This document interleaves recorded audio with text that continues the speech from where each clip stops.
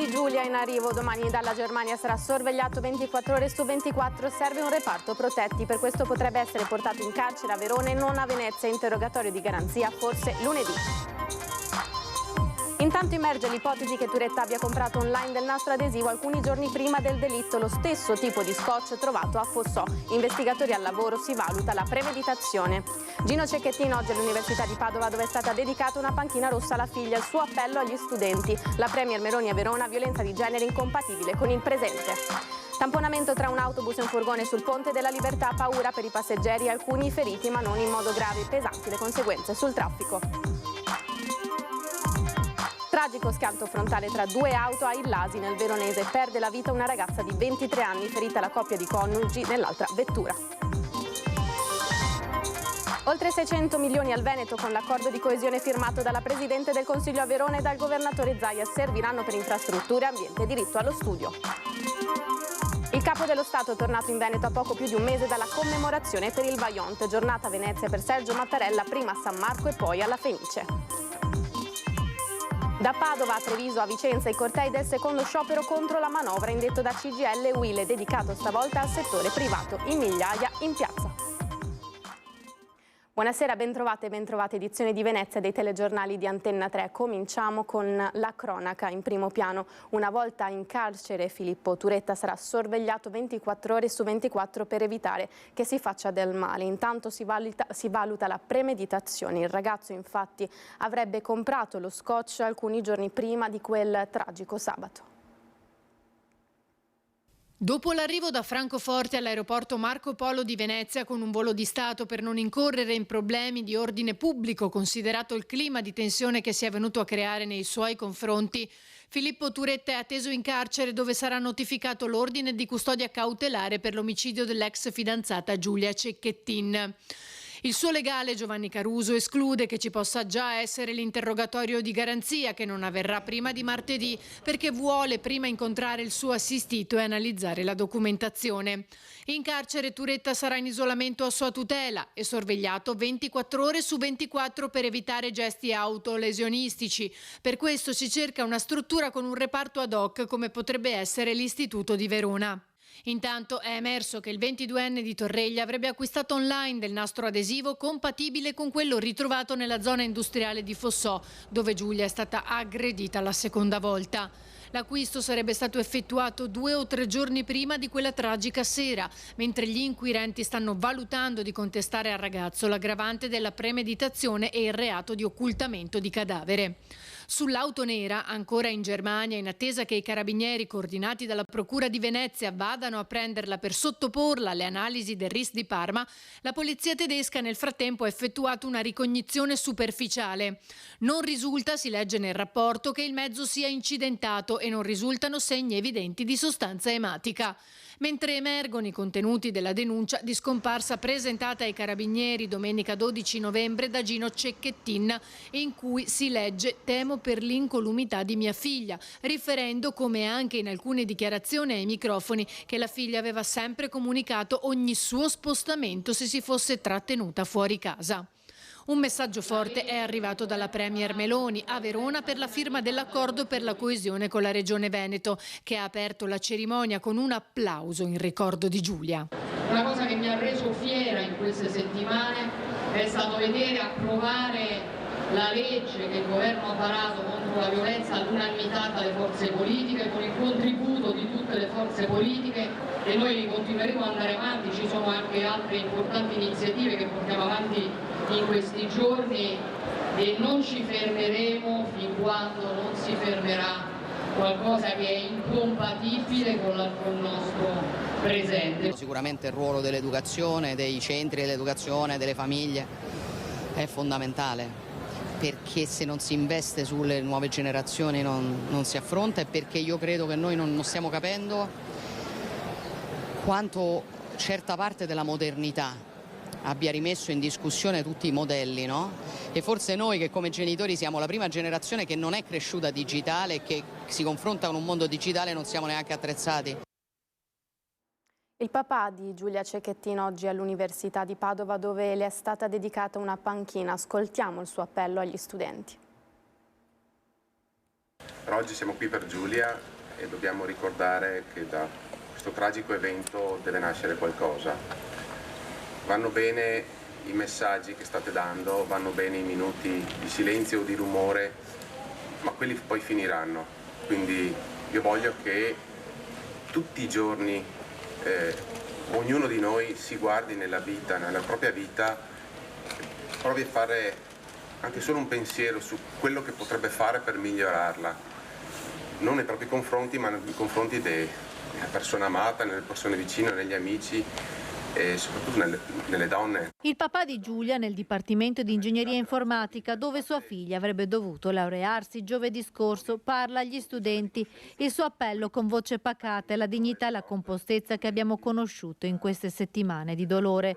Dobbiamo tutti interrogarci per capire cosa ognuno di noi può fare, dice. Voi potete darci una mano perché voi siete il futuro e ognuno di voi parlando, cercando di capire cosa è mancato a tutti i livelli, dai docenti agli studenti stessi, ai giovani stessi, ai genitori, perché anch'io mi faccio delle domande, e magari confrontandoci e cercando di capire cosa in più si può fare, trovare un protocollo, un modo per poter sradicare la violenza, in particolare la violenza sulle donne. Ecco, questo mi sento di dire dal cuore. Gino Cecchettini, insieme alla rettrice dell'Università di Padova, Daniela Mapelli, ha poi scoperto una panchina rossa dedicata a Giulia, un simbolo che è soprattutto un punto di partenza per sradicare completamente la violenza sulle donne, smuovendo le giovani coscienze. Giulia non me la restituirà più nessuno, ma dalla morte di Giulia voglio far nascere magari tante belle iniziative. Vi ringrazio tutti.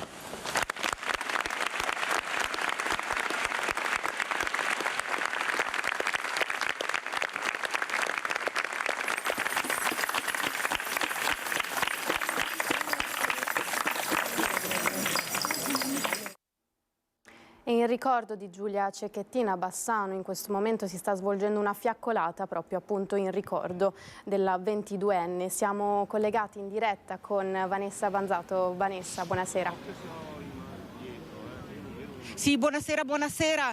Sta per partire la fiaccolata da Viale delle Fosse nel cuore di Bassano del Grappa. Ecco, vedete in testa la sindaca Elena Pavan.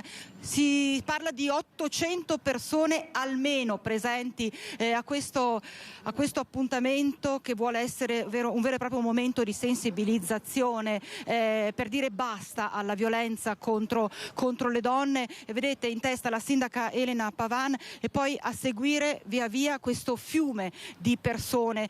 Sono tantissimi giovani, ragazzini, ragazzine, sono tantissimi gli studenti e le studentesse presenti. C'è un'intera comunità che si stringe sia nel ricordo di Giulia Cecchettin, ma anche nel ricordo di altre due donne che proprio nel Bassanese persero la vita. Si intende Giulia Rigon, che venne uccisa il 9 dicembre di un anno fa a botte dal compagno proprio a Bassano del Grappa, e di Dorina, la mamma di Pove del Grappa, ammazzata dal marito. Due figure che non vogliono essere dimenticate, così come non vuole essere dimenticata Giulia Cecchettin, così come non vogliono essere dimenticate tutte quelle donne che sono vittime di violenza, in questo caso aggressioni brutali che hanno portato al decesso delle donne che appunto sono state aggredite. Vedete il fiume di persone alle mie spalle che sta raggiungendo adesso il Viale dei Martiri, e poi il corteo si fermerà proprio nel piazzale della chiesa di Santa Maria in Colle, dove ci saranno degli interventi, momenti di ricordo e momenti di sensibilizzazione, ripeto ancora una volta, per dire basta alla violenza sulle donne. Per il momento è tutto, ricevo la linea allo studio. Grazie a Vanessa Banzato e Andrea Benetti da Bassano. Noi continuiamo con le notizie, dobbiamo darvi conto di un incidente oggi avvenuto sul Ponte della Libertà a Venezia, un tamponamento che ha visto coinvolti un autobus di linea e un furgone. Fortunatamente si sono registrati alcuni feriti lievi. Pompieri arrivati da Mestre con 2 mezzi, tra cui l'autogru, hanno messo in sicurezza i mezzi, mentre alcuni passeggeri che si trovavano a bordo del bus della linea 53 sono stati assistiti dal personale del SUEM accorso sul posto con più ambulanze. Notevoli disagi alla circolazione sul posto la polizia locale per deviare il traffico ed eseguire i rilievi del sinistro. Un altro incidente, purtroppo un tragico schianto alle 13:30 di oggi a Illasi nel Veronese. Una ragazza 23enne è morta nello scontro frontale tra 2 auto nella frazione di Donzellino. Altre 2 persone sono rimaste ferite, da chiarire ancora la dinamica del sinistro. A perdere la vita la giovane al volante di una Opel Corsa, in ospedale la coppia di coniugi che si trovava nell'altra vettura. Sul posto i vigili del fuoco e i sanitari del SUEM. Noi ci fermiamo, qualche istante di pubblicità, a tra poco.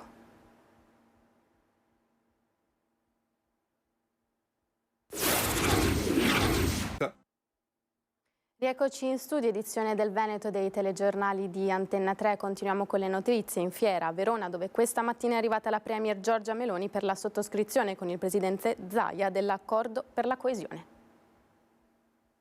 Il governo italiano firma il Presidente del Consiglio dei Ministri, Giorgia Meloni.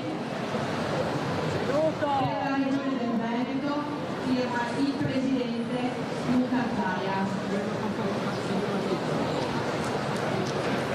È Job Orienta, il salone dell'orientamento e della formazione ad ospitare la sottoscrizione tra Governo e Regione Veneto dell'accordo per lo sviluppo e la coesione, che interviene sull'utilizzo dei fondi europei per eliminare i divari tra territori e che la riforma dell'esecutivo ha reso pienamente spendibili. Noi stanziamo in tema di sviluppo e coesione 470 milioni di euro. Questi 470 milioni di euro si concentrano su 2 grandi priorità. Le 2 grandi priorità sono le infrastrutture, particolarmente viarie, la messa in sicurezza del territorio, quindi diciamo il tema ambientale, con particolare riferimento al tema della risorsa idrica. Ci sono circa 80 interventi che vengono finanziati. A questi si aggiungono ulteriori risorse che arrivano da altre voci di bilancio, che serviranno per il diritto allo studio, nello specifico per la residenza degli universitari, per interventi di riqualificazione urbana, degli impianti sportivi e delle strutture di riabilitazione. Per i Veneti significa 607 milioni e 600 mila euro, magari faremo arrotondare poi, e manca l'opportunità di fissare e mettere a terra un sacco di opere sul fronte ambientale, infrastrutturale, digitale, sociale, culturale, quindi direi veramente una bella operazione. La Premier Meloni si è poi intrattenuta tra i padiglioni del salone, salutando gli studenti presenti e ricevendo 2 omaggi dalle studentesse della Scuola della Pelle di Chiampo, uno per sua figlia Ginevra e uno per lei, una borsa tricolore a tracolla. Giornata veneziana per il presidente Sergio Mattarella, prima la tappa a San Marco, poi al Teatro La Fenice. È 12:30 quando, come da programma, il presidente della Repubblica Sergio Mattarella arriva in piazza San Marco per il primo appuntamento della sua visita lampo a Venezia. Accanto al capo dello Stato, la vicepresidente della regione Elisa De Berti, il presidente Zaia è impegnato a Verona con la Premier Meloni, il sindaco Luigi Brugnaro e il prefetto Michele Di Bari. Ad attenderlo, di fronte alle procuratie vecchie, i vertici delle Generali per una visita privata alla casa di The Human Safety Net. Le procuratie vecchie sono state oggetto di un recente restauro che ha permesso di aprirle al pubblico. Circa mezz'ora dopo, il presidente attraversa la piazza verso il bacino di San Marco.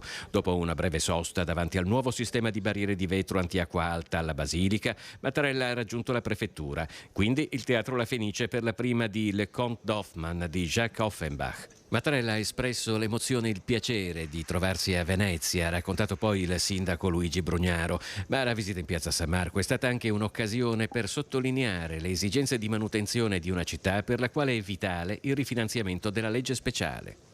Noi abbiamo avuto adesso come comuni i tagli 200 milioni. Sono tornati indietro sui tagli del 2023, speriamo tornino indietro sui tagli del 2024 anche, però per adesso ci sono ancora. Io non sono d'accordo su certe questioni che adesso sono in finanziaria, di sconti che poi sono pochi per recuperare da altre parti, io non sono d'accordo, cioè nel senso che secondo me bisognerebbe investire sulla crescita. Io andrei a dare una mano alle imprese, quelle che funzionano, non quelle che devono fallire. Tipo all'Italia abbiamo continuato a buttare miliardi su quella roba là. Corteo di CGIL e UIL questa mattina per lo sciopero generale del settore privato. In 3.000 hanno sfilato per le vie di Padova. Ecco le loro rivendicazioni nei confronti del governo Meloni e della finanziaria appena varata. Corteo non è di festa, ma di lotta e di protesta. Le ragioni sono le ragioni di un paese diviso in due parti, una parte che soffre e chiede una modifica sostanziale alla legge di bilancio e l'altra parte che è quella che sta benissimo perché non paga le tasse e perché quando è in difficoltà sotto il profilo della sanità se la può pagare, perché poi l'altra grande questione è una sanità che si sposta sempre più in una dimensione da spirito privato, quindi chi ha i soldi si cura, chi non li ha non si cura. Questo noi diciamo che bisognerebbe intervenire e cambiare verso rispetto a una lotta seria all'evasione e all'elusione, all'evasione contributiva e poi cominciare ad avere una visione di questo Paese, quale politica industriale, quale politica per i giovani, quale politica per le donne.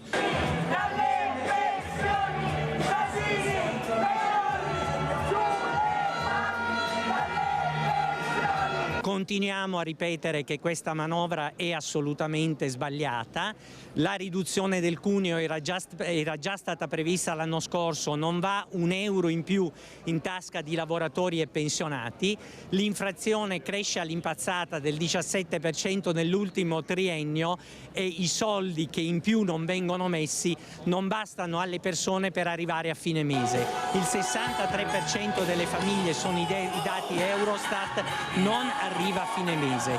Cresce la povertà assoluta, abbiamo sempre più persone che non ce la fanno più, che sono davvero in condizione di totale indigenza, oltre 1.300.000 persone. A fronte di tutto questo il governo non prende misure, non incentiva invece l'incremento dell'occupazione, l'incremento dei salari, non mette i soldi in tasca ai lavoratori, riduce le risorse legate allo Stato sociale, in particolare alla sanità, all'istruzione.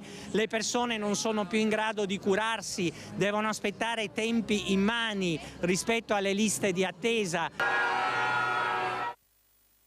Con questa notizia è tutto, tra poco l'edizione di Venezia, vi lascio al meteo, una buona serata, arrivederci.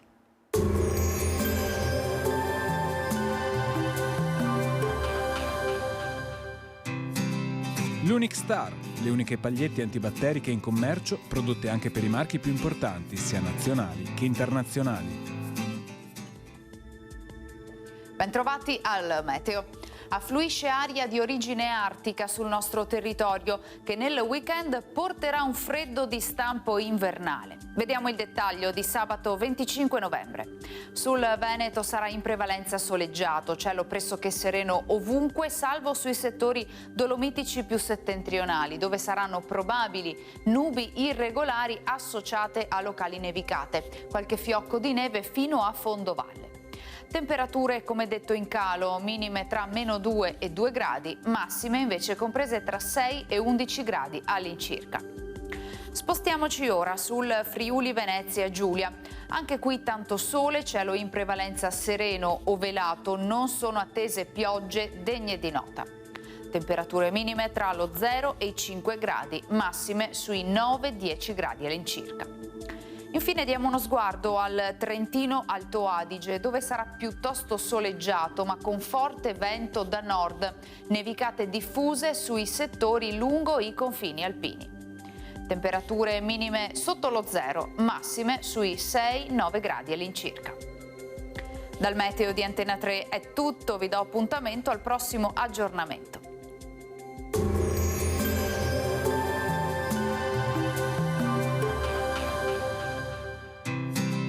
L'Unic Star, le uniche pagliette antibatteriche in commercio, prodotte anche per i marchi più importanti, sia nazionali che internazionali.